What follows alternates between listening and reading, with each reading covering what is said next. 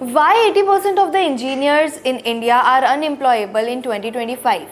Guys, engineering in India was never just a degree. It was respect, status and security. क्या आपने कभी notice किया है हर Indian family में एक ना एक इंजीनियर तो ज़रूर होता है। मम्मी बोलती हैं बेटा मैथ्स अच्छी है तो इंजीनियरिंग करवा देते हैं, पापा बोलते हैं डिग्री आ जाए फिर तो लाइफ सेट है। पर रियलिटी क्या है? और वही इंजीनियर 4 साल बाद रेज्यूमे भेज रहा है, रिजेक्शंस आ रहे हैं और वही 12-15 हज़ार की जॉब।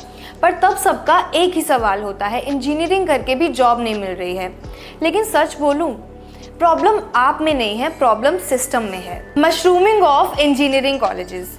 सोचो 2005 के आसपास इंजीनियरिंग का क्रेज पीक पे था। हर शहर, हर हाईवे, हर रोड साइड पे एक नया college, world class infrastructure, 100% placement. पर अंदर जाके देखो तो रियलिटी कुछ और ही है। लैब्स बंद पड़े हैं, फैकल्टी टेम्परेरी है, कभी भी चेंज हो जाती है। कॉलेजेस का फोकस था इंजीनियर्स बनाना, लेकिन आजकल सीट भरना हो गया है और यहीं से स्टोरी भरनी स्टार्ट हो गई। AICTE के डेटा के अकॉर्डिंग 40% से भी ज्यादा इंजीनियरिंग सीट्स प्राइवेट कॉलेजेस में वेकेंट, हर साल वेकेंट रहती हैं।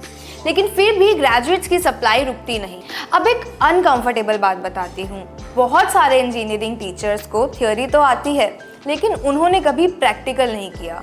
स्टूडेंट बुक से रट्टा तो लगा लेते हैं, पर जब इंडस्ट्री में जाते हैं तो इंटरव्यू में फेल हो जाते हैं। सिलेबस और इंडस्ट्री का गैप। इंडस्ट्री को चाहिए cloud computing, AI ML, data scientist and real time projects. College बस आपको टर्बो C++ और 3 मार्क्स का आंसर लिखना ही सिखाता है और बच्चा इसी लूप में फंस जाता है और उसके 4 साल लिखते लिखते ही निकल जाते हैं। पर एक लाइफ प्रोजेक्ट कभी बनता ही नहीं और कंपनी बोलती है डिग्री तो है लेकिन स्किल्स में कमी है। AI ने एंट्री लेवल जॉब्स का खेल ही खत्म कर दिया है। पहले जो काम 100 फ्रेशर्स करते थे, बेसिक कोडिंग, मेंटेनेंस, टेस्टिंग, आज वही काम AI टूल्स सेकंड्स में कर रहे हैं। इसलिए कंपनीज बोल रही हैं हमें कंप्यूटर चलाने वाले लोग नहीं चाहिए, हमें सोचने वाले लोग चाहिए। AI ने जॉब्स नहीं छीनी है, बस हाफ प्रिपेयर्ड जॉब्स खत्म करती है। कोर ब्रांच स्टूडेंट्स का silent struggle. Mechanical, civil, electrical वालों की तो कहानी और भी टफ है। जॉब्स कम, कंपटीशन ज्यादा और फिर आता है government exam phase, GATE, ESE etcetera.